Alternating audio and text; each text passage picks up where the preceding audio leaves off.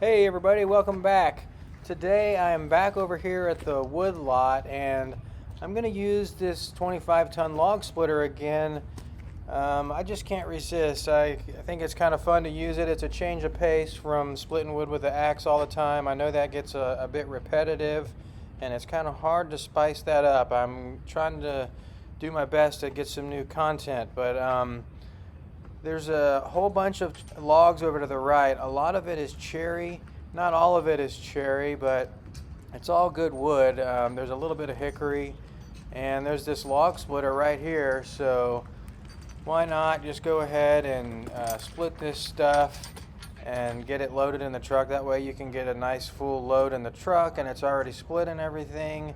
I just can't resist, and I owed Gary some gas anyway, so I brought some gas over, and I'm going to get this thing gassed up, and I'm going to leave it with a full tank of gas for him when I'm done.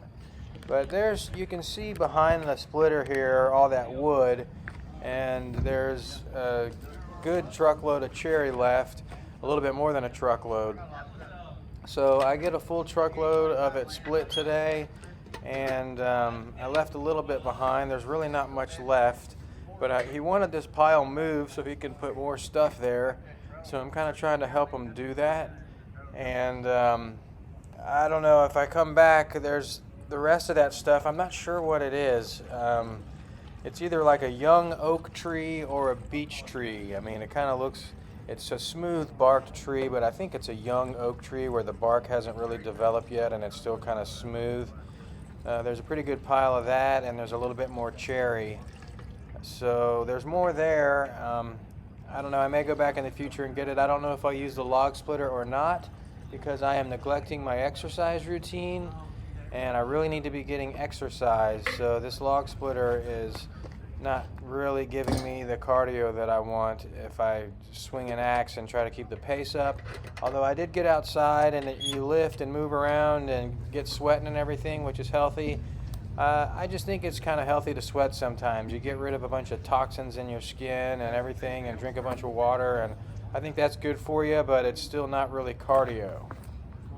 So it's time to get this thing fired up, and the last time I ran it, it ran out of gas. I mean, I ran it until it was empty because we only had a little bit of gas that day.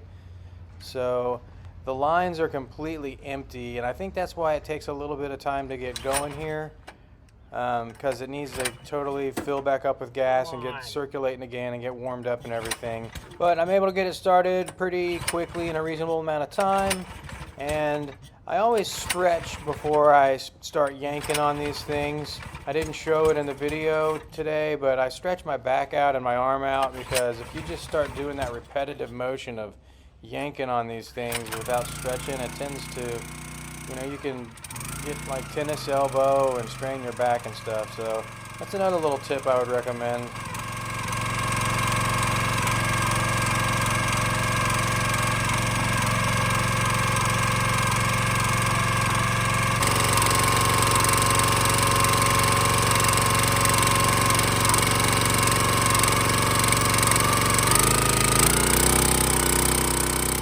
After I got it started, I kind of brought the RPMs down just for 20 or 30 seconds, just to kind of let it warm up for a second, let the gas and everything get flowing, and then I revved it up, cranked it up to full throttle bunny rabbit mode. And now it's time to get splitting, so I'm off to hunt up a few cherry rounds, and there's kind of some lulls in the video because I got to walk back and forth and pick out some wood to bring over and split. But here we go with the first few rounds. I do want to mention also that a lot of these rounds are some kind of gnarlier stuff. I mean, you can see that one has a big branch sticking out of the side. There are some very large ones that are really heavy. One of them coming up has a bunch of nails or metal in it and stuff, and it's huge. So while I have the splitter, I go ahead and do these ones that are really tough that would have been hard with the axe anyways.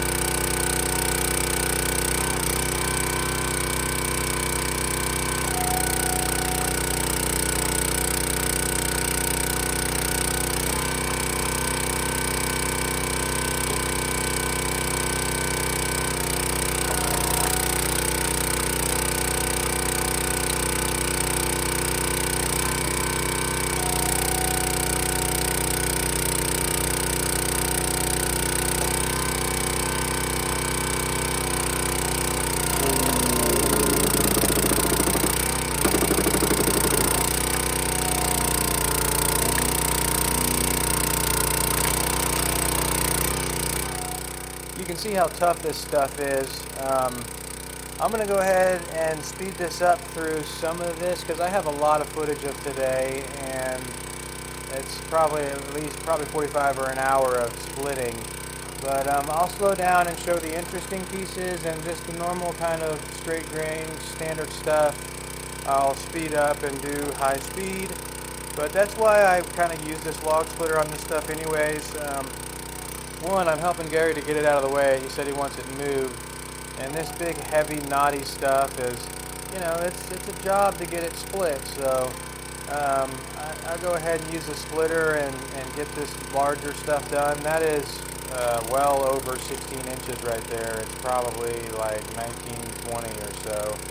But I'm not even worried about cutting that down. This is cherry. It's great wood. I'm happy to have it, and it will fit in my fireplace. So I'm not concerned at all for personal burning. And there's also a lot of them that are a little bit short. There's some large rounds that are like 12 inches, and that's kind of one of the things that I've been learning as far as stacking this stuff. One tip that I would certainly recommend for people doing firewood is save all of the small pieces for the top of the pile, because it just turns into a mess. If you put them on the bottom and then stack large on top, you can see, it's like an inverted pyramid standing on, and it just falls over. And then even if you put the small pieces like in the middle of the pile mixed throughout, it doesn't work out well either, because it gets all uneven. Now, certainly there's some spots where you can kind of play Tetris and stick a little piece here and there to fill in a gap or a void. But for the most part, if you got a bunch of little pieces in the middle, then it just still gets unstable. And then when you go to put large pieces on, it doesn't fit together right. So, tip of the day there is save all of the small stuff and put it on top of the pile, whatever it takes. I've been using a wheelbarrow, and I try to grab the large stuff first, and all of the small stuff I'll either put on the top of the other piles that are around, or I'll just throw it on the ground in a pile and wait till I'm done. And then you can just grab all that small stuff and just throw it on the top of the pile, and your piles will be much stronger.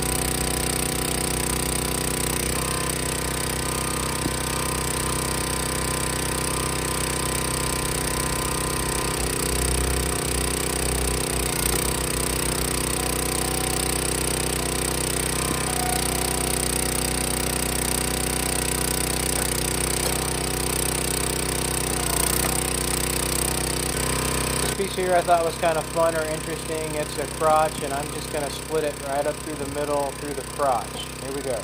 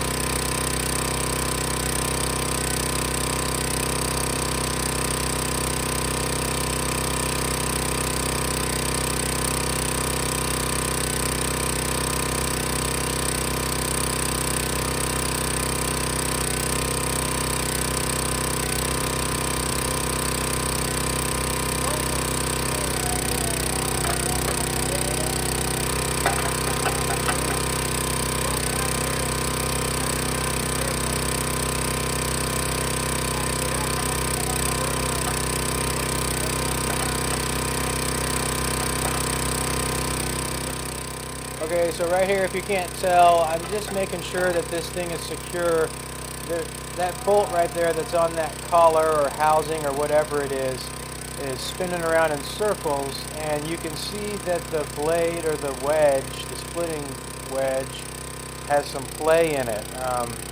That whole system, the cylinder and the wedge and the sliding piece that goes underneath and everything, it all kind of moves around just a little bit. It's not completely solid and tight, but then on the end that wedge kind of was wobbling. And because that splitter is not mine, it belongs to the tree service. It's Gary's splitter, and that's Gary's brother Kevin there that I was just talking to. I wanted to just holler at them real quick and see if we could get a wrench on this and tighten that, because you know, if it breaks, it's not mine, and I want to make sure that they are aware of what's going on and try to fix it before there's a problem. So we just put a wrench on this and tighten it. Now that bolt was loose. I can spin it around with my fingers, but ultimately it didn't even really tighten the wedge. That bolt, if you can kind of see how that's designed, you could zoom in on it maybe, but that thick metal housing on that splitting wedge that goes onto the ram there, the bolt just tightens on that as tight as you can go. It doesn't really squeeze anything. So I guess that's just how the splitter is made. It just has a little bit of wiggle in it.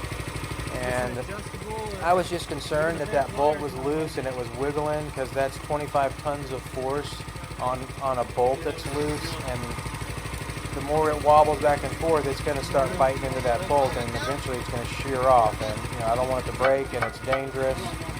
So I wanted to try to be proactive. See how loose that bolt is? I mean, he turned it almost a turn or more. But you can see the wedge still stays pretty tight. But I tried, and I think it was worth tightening that bolt anyways. Make sure it's tight. It's just that's a lot of force on hydraulics on a bolt that's loose, and if it's wobbling, it will shear off.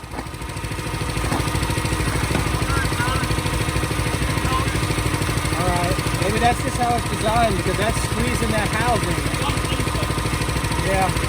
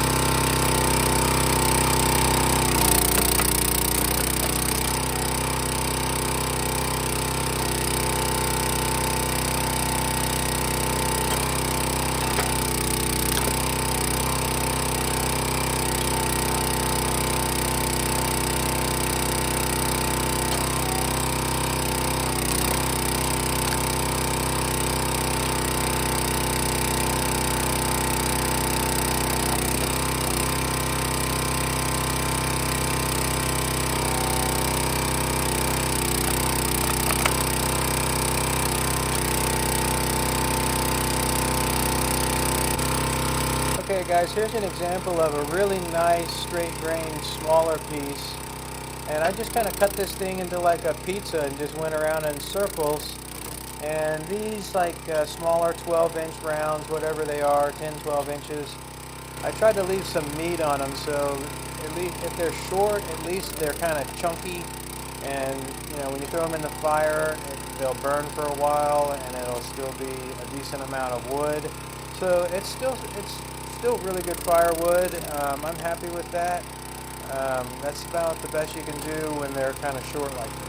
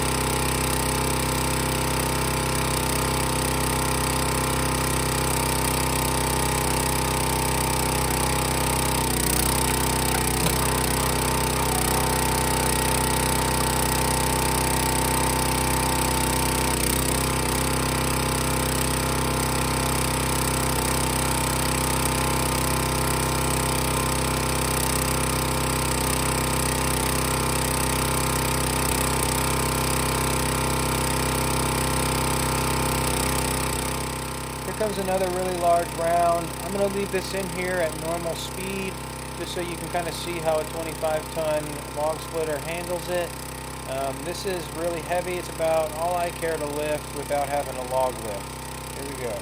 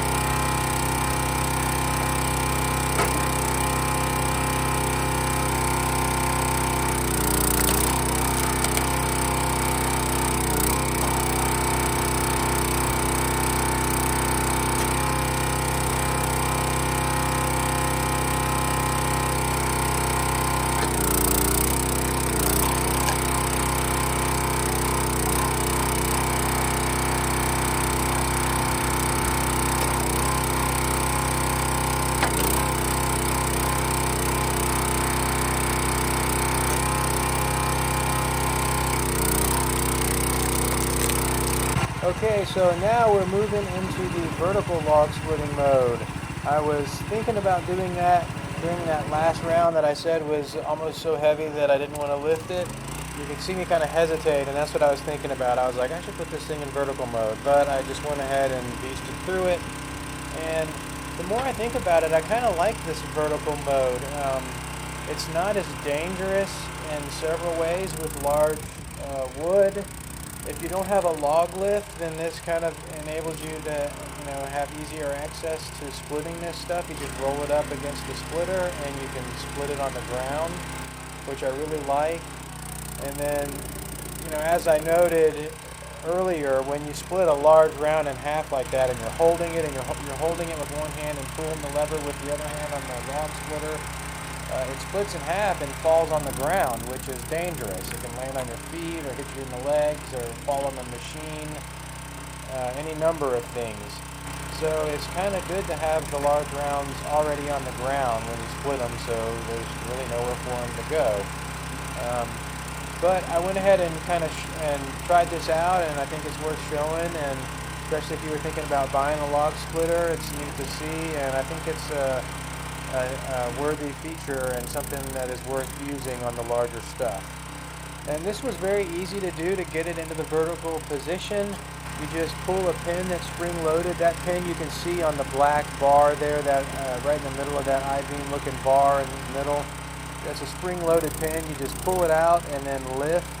And it is a little bit heavy, so considering that you have to pull the pin with one hand and lift it up and get it started with the other hand, it is a little bit awkward and a little bit heavy. So if you had a bad back or you can't lift over 60 or 80 pounds or so, it would be a little bit difficult. You might need 2 people to do it, but I think most people could probably get it done.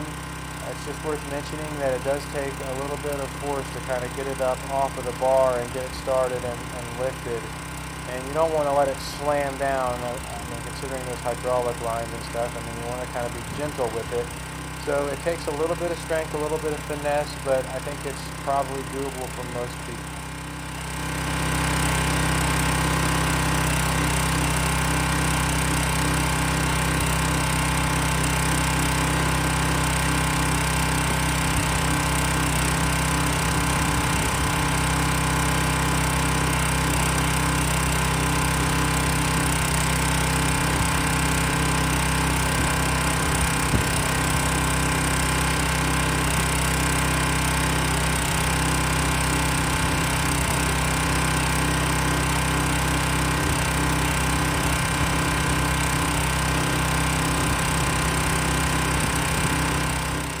Okay, so here comes the only real issue I had with this machine today. That other bolt that was loose, it wasn't really a huge problem, although it was loose. But when I reached up for this handle right there, the handle was not working and not engaging the machine. And as you can see in the video, I had no idea. I didn't do anything wrong necessarily to break the machine or anything. But there is just a pin that slides through that handle, and then a cotter pin that holds it in place, if you know what that is. There's a cotter pin on the top of that cylinder, and you can see kind of what the setup looks like. On the top of that black hydraulic cylinder, right at the top of the tower there's a cotter pin holding the pin in place. It's just a larger version of what holds the handle in place. And I got really lucky, and the pin, the main pin that you need, was laying in all of the trash on the ground there. So I picked that up and slid it back in place. But to lock that pin in place, you need a cotter pin or something, and I didn't have one. I couldn't find it, and I couldn't find any wire that was small enough gauge to kind of lock it in place. I looked around. I thought maybe a piece of the chain link fence would work, because there's a bunch of wire and chain link fencing and stuff laying on the ground. But the hole is tiny that you have to thread, so the chain link fence, the gauge of that wire was too large, and I couldn't find anything today. A zip tie is too large. Everything was too big. I didn't have anything. I thought maybe a coat hanger would do it. It's maybe a tiny bit smaller than a coat hanger even. It's really small. And the other thing that's worth mentioning though too is if you were to use just a coat hanger or a piece of wire off the ground or something, that stuff could rust. I mean, maybe galvanized chain link fencing wouldn't rust, but I think it would probably be worth going ahead and finding something that won't rust, whether it's a chromed cotter pin or stainless or galvanized or whatever material it takes. If you were just to slide a piece of, regular wire or coat hanger or something, this machine is kept outside and it's not under a cover or a tarp, so that would rust. I mean, in just probably 2 or 3 months or something, that would start rusting, and that wouldn't really be healthy long term. So I talked to the owners of the machine about it, and I was going to fix it myself, but the owner's wife kind of took the initiative and wanted the part, and she wanted to put it in her purse and go to AutoZone or something and fix it that day. So I gave it to her, and I kind of feel bad because I could certainly spend the $3 or whatever, even if it was $10 to get a cotter pin that was chrome or something. I certainly could do that and pay for that for them letting me use the machine and have all this wood and everything. But she took the initiative and she wanted it and wanted to put it in her purse so it didn't get lost, so I gave it to her, and she's going to fix it. But I'll probably ask them if they want some money, and they'll probably decline. I may have to force them to give them some money, or I'll just bring them some cat food or something. But I really appreciate all their help and everything, and I clearly didn't mean to break the machine. So Gary, if you're watching this, you can see what happened. I had no idea. I just reached up for the handle and it was just hanging there loose. So hopefully we get that fixed, and if I owe you anything, let me know, man.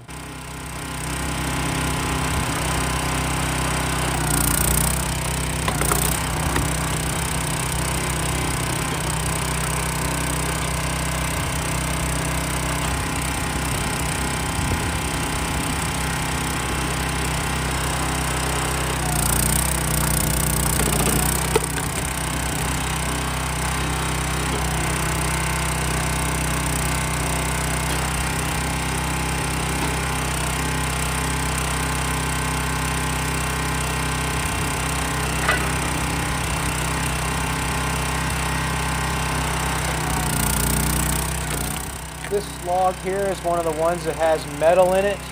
I'm not sure, there might be another one, I can't remember, coming up here in a minute. If there is, I'll let you know. But in a few splits here, I find this wire. There's a bunch of wire inside this log, and you can see the black staining that the wire does. If you're familiar with cutting firewood, or you watch a lot of firewood videos from other people, you've probably seen it before.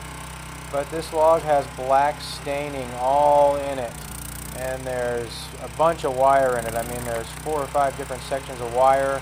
I don't know what it was. It's not barbed wire. It's some type of fencing, or just a wire fence or something that somebody wrapped around the tree. I don't know, at some point. But it's all stained inside and everything. The wood burns fine and everything. That's just kind of the tree's natural reaction to having that rusty wire in it, and then when the sap flows through the tree, it kind of transfers up and down for a few feet. But yeah, I split all this stuff and I keep it all together in one little bundle, and I stack it in one little group together. It's all stacked in the wood pile, so I'll just burn it all in the fireplace. And like I said, it's totally fine. It's just stained, and if I put wood in my smoker or anything, I like to try to make sure that it's as pristine as possible. So I'll just make sure that this goes into my fireplace, and that when I burn it, I sweep those ashes out and make sure I know that there's metal in it. It just takes a little bit of know-how, or I know what I got in my firewood piles. Even though if you looked at it, it looks totally ridiculous. There's a ton of it, but I know just about everything that's in all of my different piles. So I'll remember, and I know what wood looks like that has black staining in it, so it sticks out like a sore thumb anyways.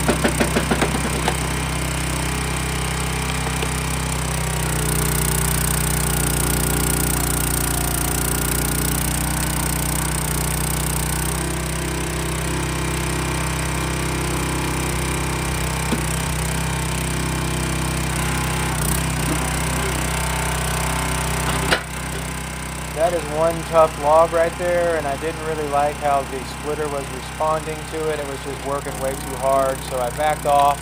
And I'm pretty sure there's also wire in this log, so that may have been contributing to the toughness of it. I don't know. Somebody in the comments mentioned a while back that one of these logs I was splitting was, quote, tougher than boiled owl. So this one is also tougher than boiled owl.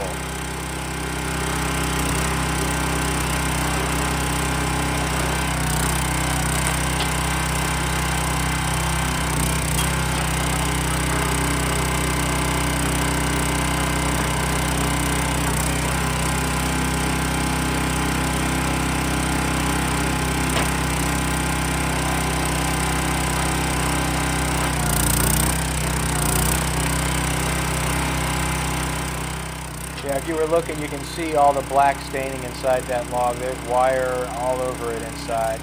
And I'm just leaving these larger ones at real speed.